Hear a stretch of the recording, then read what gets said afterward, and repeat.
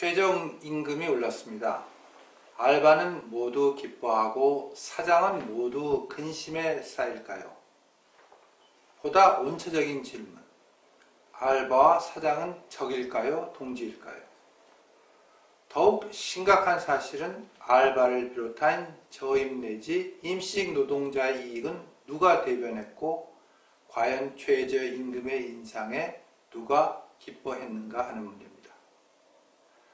프랜차이즈 점주의 평균 수입은 월 220만원이고 이는 노동시장 평균 임금 월 280만원보다 적습니다. 그렇다면 알바생보다 못 버는 사장들이 많다는 이야기입니다. 생계형 알바의 생계형 사장인 셈입니다. 다시 말해 사장의 수입은 실제로 자신의 임금이고 자신의 투자비는 회수는커녕 이자도 못 번다는 현실을 반영합니다. 프랜차이즈 점주는 그래도 낫습니다. 자영업자는 자신은 물론 가족의 임금을 벌 수 있으면 다행입니다. 만약 알바를 고용하면 이는 선택이 아니라 어쩔 수 없는 상황 때문입니다. 여기에서 인간과 기계의 노동이 다르다는 사실이 명백해집니다.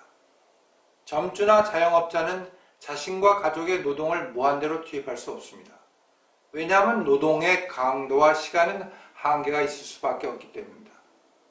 기계나 로봇은 강도와 시간을 늘려갈 수 있고 실제로 역사는 그 같은 변화를 혁신이라 반깁니다. 사장님 나빠요. 악덕 사장 분명히 존재합니다. 동시에 불성실한 알바도 역시 존재합니다. 아무 말 없이 출근하지 않는 경우도 많습니다. 아이를 돌봐주는 알바가 나타나지 않으면 부부는 출근하지 못합니다. 알바 나빠요. 저절로 나올 수밖에 없습니다.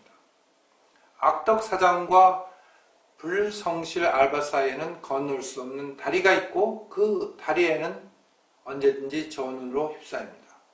분명 적인 것입니다.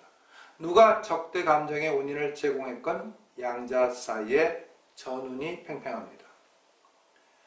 악덕과 불성실을 제외하고 양자 사이의 적대감은 임금 액수에서 비롯됩니다. 한 푼이라도 많이 받고 싶고 한 푼이라도 적게 주고 싶은 양자의 생각 차이에서 적대감은 싹틉니다. 최저임금은 분명히 헌법이 정하는 강제적 조항입니다. 국민으로서 인간의 기본 생계를 보장하는 것을 강제한 것입니다. 그런데 생계의 최저 수준인 기본에 대한 생각은 사람에 따라 다릅니다. 그가 속한 경제적 집단의 생각에 따라 차이가 있습니다. 사정이 그러함에도 불구하고 서로 마주보고 이야기하여야 합니다. 당연히 시장의 조절 기능에만 의지할 수 없습니다. 그러나 시장의 상황과 배치되면서까지도 억지로 강제하면 결국 시간이 지나면서 유명무실해지거나 다른 측면에서 예상하지 못했던 무리가 발생합니다. 최저임금이 무조건 공동체적인 입장에서 결정되어도 문제입니다. 지불하는 사람들이 최저임금만 못하는 수입을 확보한다면 그에 대한 책임은 누가 질 것입니까? 더욱이나 정치적 결정이면 더욱 그렇습니다. 지불하는 사람만 일방적으로 배려하면 지불받는 사람은 그 결정을 받아들이지 않을 것이고 지불받는 사람만 일방적으로 배려하여도 그 반응은 뻔합니다. 그래서 제3자와 당사자가 함께 협의하면 좋으려면 우선 제3자가 문제입니다. 어떤 정치적 목적을 갖고 제3자 역할을 담당하려고 덤벼들기 때문입니다. 그래도 대화는 진행되고 실행도 어느 정도 이루어집니다. 가장 나쁜 경우는 당사자로서 협의에 참여하는 사람들이 정작 당사자가 아닌 경우입니다. 쉽게 말해 최저임금으로 진짜 대립하는 사람들이 협의의 당사자로서 참여하지 않고 마치 각각의 이익을 대변한다고 주장하는, 아니 자처하는 사람들이 협의에서 당사자 자리에 앉는 경우입니다.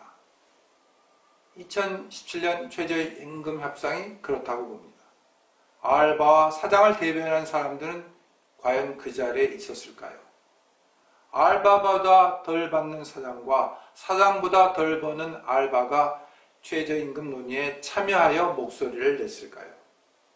유감스럽게 그렇지 않은 것 같습니다. 거대 노조에 가입한 운동가, 아니 알바는 물론이고 우리 사장님보다 훨씬 많은 임금을 받는 노동자 대변자로 섰습니다.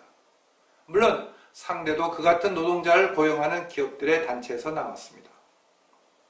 생계형 알바와 생계형 사장이 빠진 회의는 최저임금을 단순히 현실에 부합하지는 수준까지 끌어올린 것이 아니라 참석자 자신들의 눈에 맞춰 억지로 끌어올렸습니다. 그렇다고 비현실적인 세상 인식에서 그리한 것이 아니라 오로지 자신의 이익을 충실히 대변한 것입니다. 최저임금이 오르면 자신의 임금이나 수당이 자연 오를 수밖에 없기 때문입니다. 이러면 최저임금은 최저임금의 구실을 못하게 됩니다. 생계형 알바는 자신의 노동시간과 강도를 더 높인 생계형 사장에 의해 쫓겨납니다. 생계형 사장은 더 이상 시간과 강도를 높이지 못하고 한계점에 이른 후 문을 닫습니다. 이들이 서로 적이 아니고 동지란 사실을 깨달았을 때는 이미 서로가 서로를 상실할 때입니다. 적도 아니고 동지도 아니고 서로 무관한 사람이 되고 상당수는 함께 노숙자로 전락합니다. 어느 한쪽만이 아닌 것입니다. 그런 사장과 그런 직원이 대한민국에는 너무나 많습니다. 너무나 많아서 노숙자 천국으로 변할 수 있습니다. 그럼 국가가 뭘 해줄 수 있나요? 때는 너무 늦었습니다.